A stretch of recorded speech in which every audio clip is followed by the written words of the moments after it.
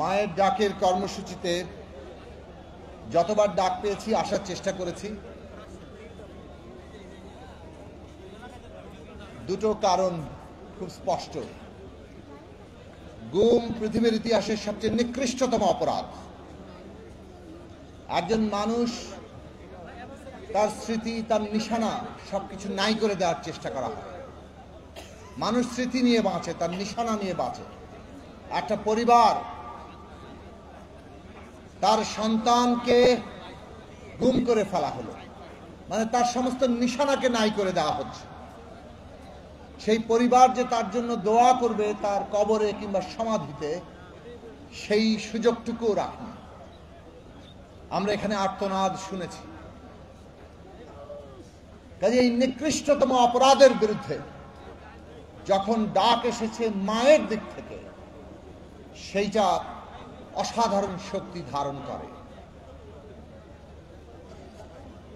আরেকটি খুব গুরুত্বপূর্ণ বিষয় ছিল, ফ্যাসিবাদের বিরুদ্ধে আমরা লড়ছিলাম।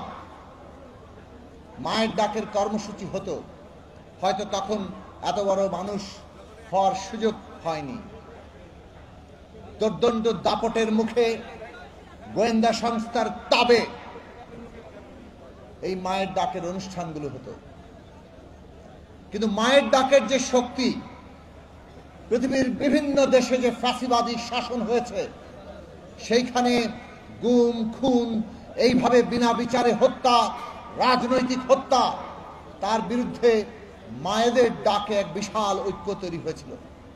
একটু একটু করে মানুষের আবেগ, তার দ্রোহ, তার বিদ্রোহ সঞ্চিত হয়েছে এবং সেইখানে এই সঞ্চিত বিদ্রোহ আমরা জুলাই আগস্টে সে ফেটে পড়তে দেখেছি।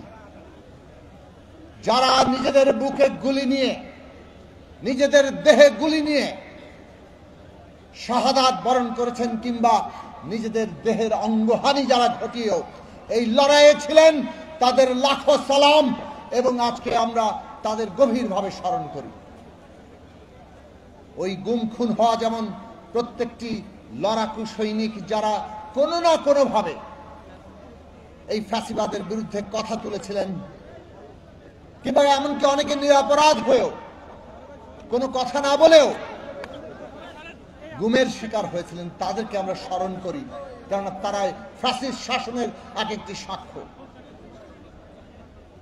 কিন্তু মানুষের যে সমস্ত বিক্ষোভকে এক সূত্রে গেঁথেছিল, আবু সাঈদ থেকে মুগ্ধ হয়ে জুলফিকার শাকিল, হাজারের ১৬০০-এর উপরে যে তরুণরা, ছাত্র, শ্রমিক, কি শিশু, কি অভিভাবক, তারা প্রাণ দিয়েছেন।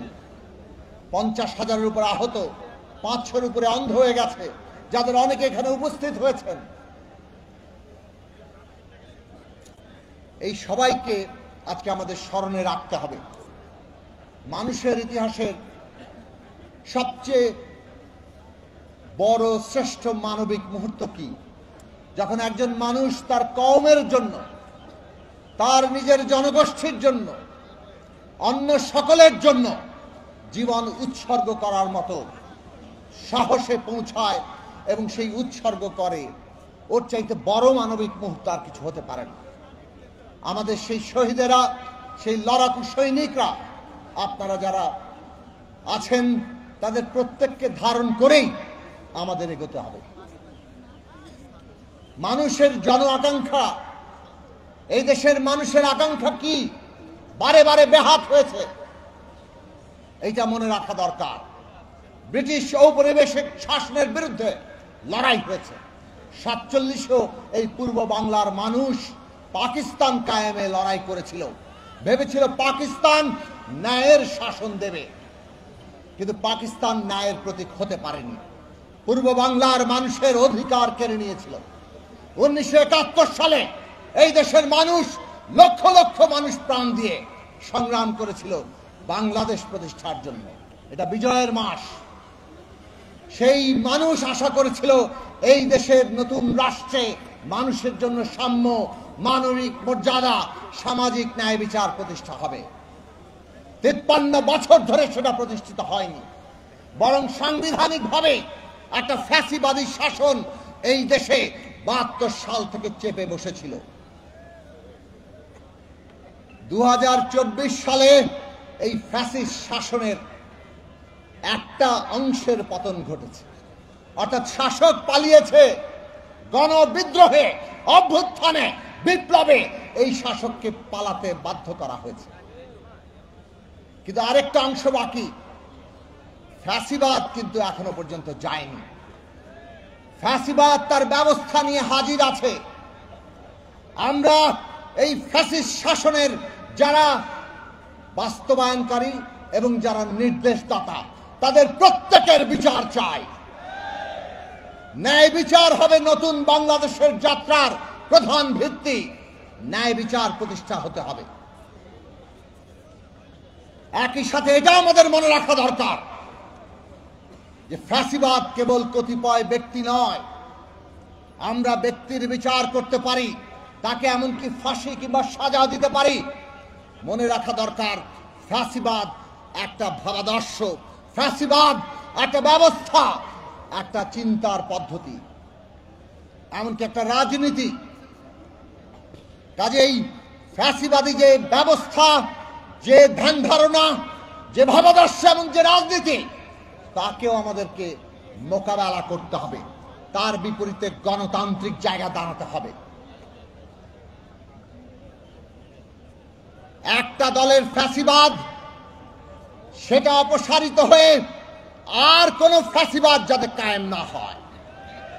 যদি সেটা হয় তাহলে ওই 71 সালের মতো কিংবা 47 সালের মতো যেভাবে জন আকাঙ্ক্ষা ব্যাহত হয়েছে, 24-এর পরে আবারও ব্যাহত হবে। আর সেইটা যদি আমরা ব্যাহত করতে না চাই, আগামী দিনের বাংলাদেশ হবে একটা নতুন রাজনৈতিক বন্দোবস্তের উপর দাঁড়িয়ে। আর সেই বন্দোবস্ত গণতান্ত্রিক বন্দোবস্ত। এইটাই আমাদের 24-এর গণ অভ্যুত্থানের, 71 সালের বাংলাদেশের, 47-এর পূর্ব পাকিস্তানের মানুষের আকাঙ্ক্ষা। ইতিহাস প্রজন্ম থেকে প্রজন্মে বয়ে চলেছে। আমরা সেই ইতিহাসকে ধারণ করতে পারবো কিনা, এটাই আগামী দিনের বাংলাদেশের ভবিষ্যৎকে রচনা করবে।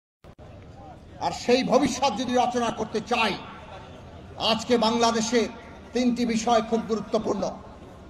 এক, এই দেশের সার্বভৌমত্বের প্রশ্নে বাংলাদেশের সকল মানুষের ঐক্য তৈরি করতে হবে। ভারত যতই আমাদেরকে রক্তচক্ষু দেখাক কিংবা ওই পতিত ফ্যাসিস্ট শেখ হাসিনার পক্ষাবলম্বন করে বাংলাদেশে তাদের নানা ধরনের ষড়যন্ত্রকে সহায়তা করুক, আমরা যদি ঐক্যবদ্ধ থাকি, দুনিয়ার কোন শক্তি নাই বাংলাদেশকে পরানত করে। আমাদের তরুণরা সেটা দেখিয়ে দিয়ে গেছে। কাজেই ফ্যাসিবাদ যদি থাকে, তারা মানুষকে বিভক্ত করে। আমরা যদি জনগণের ঐক্য প্রতিষ্ঠা করতে পারি, তাহলে আমরা আমাদের সার্বভৌমত্ব রক্ষা করতে পারবো। আর জনগণের ঐক্য প্রতিষ্ঠিত হয় গণতান্ত্রিক ব্যবস্থার মধ্য দিয়ে। সেইটা আজকে বাংলাদেশে প্রমাণিত হয়েছে। একটা গণতান্ত্রিক যাত্রার মধ্যে আমরা আছি। সেই যাত্রাকে ধ্বংস তারা করতে চায়। আমাদের সবার সেই গণতন্ত্রকে রক্ষা করা দরকার। ওরা আমাদের বিরুদ্ধে ষড়যন্ত্র করছে। এই দেশে মুসলমান, হিন্দু, বৌদ্ধ, খ্রিস্টান, বাঙালি, চাকমা, মারমা, সকল অন্য জাতির মানুষ, নারী, পুরুষ কিংবা অন্য লিঙ্গীয় পরিচয়, তারা নানাভাবে এমন একটা পরিস্থিতি তৈরির চেষ্টা করছে যাতে বাংলাদেশ, এইখানে কোনো সংখ্যালঘু ধর্মীয় কিংবা জাতির মানুষ নিরাপদ নয়, এইখানে নারীরা নিরাপদ নয়, এইটা তারা প্রমাণ করতে। আজকে বাংলাদেশের সামনে সবচেয়ে বড় চ্যালেঞ্জ, আমরা বাংলাদেশকে সকল ধর্মের, জাতির, লিঙ্গীয় পরিচয়ের মানুষের জন্য নিরাপদ জায়গা করতে পারবো কিনা। এইটা যদি ব্যর্থ হই, আমাদের 24-এর আকাঙ্ক্ষা ব্যর্থ হবে। কোনোভাবে আমরা যাতে সেটা না ভুলি। প্রতিদিন, প্রতি মুহূর্তে ষড়যন্ত্র হচ্ছে সারা দুনিয়ার সামনে বাংলাদেশকে সেইভাবে রক্ষার। চট্টগ্রামে আমরা দেখেছি কিভাবে একজন আইনজীবীকে হত্যা করে একটা সাম্প্রদায়িক উস্কানি তৈরি করা হয়েছে। চট্টগ্রামের মানুষ সেই উস্কানিতে পা দেয়নি, ধৈর্য, সম্প্রীতি আর নিরাপত্তার জায়গা দাঁড়িয়েছে। ওইটাই এখন বর্তমান বাংলাদেশের শক্তি। আসুন সকলে মিলে সকল ষড়যন্ত্র এবং উস্কানি নস্যাৎ করে দেই, সাম্প্রদায়িক উস্কানির বিরুদ্ধে সকল মানুষের নিরাপত্তা মর্যাদাকে আমরা সামনে ধরি, সেটাই আমাদের বাংলাদেশের ভবিষ্যতের যাত্রাবিন্দু হবে। এই ভবিষ্যৎ বাংলাদেশ যদি আমরা করতে পারি, তাহলে আমরা এই যে আজকে অসত্য, এই অসত্যকে মোকাবেলা করতে পারবো। যতই তারা মিথ্যা প্রচারণা করুক, যতই তারা মিথ্যার যুদ্ধ চাপিয়ে দিক, সত্যের প্রকৃত বাস্তবতা তুলে ধরে আমরা বাংলাদেশের মাথা দুনিয়ার বুকে উন্মোচন করতে পারবো। আজকের দিনে 10 তারিখে আন্তর্জাতিক মানবাধিকার দিবসে ওইটাই হচ্ছে সবচেয়ে বড় জায়গা, যে অসত্যের বিরুদ্ধে আমরা সত্য নিয়ে দাঁড়াবো। আমরা সাম্প্রদায়িক উস্কানির বিরুদ্ধে সম্প্রীতি এবং আমাদের সকল নাগরিকের নিরাপত্তা নিয়ে দাঁড়াবো। আমরা ফ্যাসিবাদের বিরুদ্ধে গণতন্ত্র নিয়ে দাঁড়াবো এবং তার মধ্য দিয়েই এই দেশের সার্বভৌমত্ব রক্ষা করে বাংলাদেশকে এগিয়ে নিয়ে যাব। ওই প্রশ্নে আমরা বাংলাদেশের মানুষের ঐক্য তৈরি করতে চাই, যে ঐক্য এই দেশের একটা রাষ্ট্র ব্যবস্থা তৈরি হবে যার প্রত্যেকেই তার অংশীদার মনে করবে। সমস্ত অপরাধীদের বিচার হবে, কিন্তু বাংলাদেশের মানুষ যাতে একই রাজনৈতিক ব্যবস্থায় তার অংশীদার মনে করতে পারে, মনে রাখবেন সেইটাই বাংলাদেশের উন্নতির, বাংলাদেশের সার্বভৌমত্বের গ্যারান্টি। ফ্যাসিবাদীরা যে বিভাজনের পথ নিয়েছে, আমরা সেই বিভাজনের পথে পা দেব না। সেইটাই বাংলাদেশের ভবিষ্যৎ দিশা, সেই দিশায় আমরা এগোবো।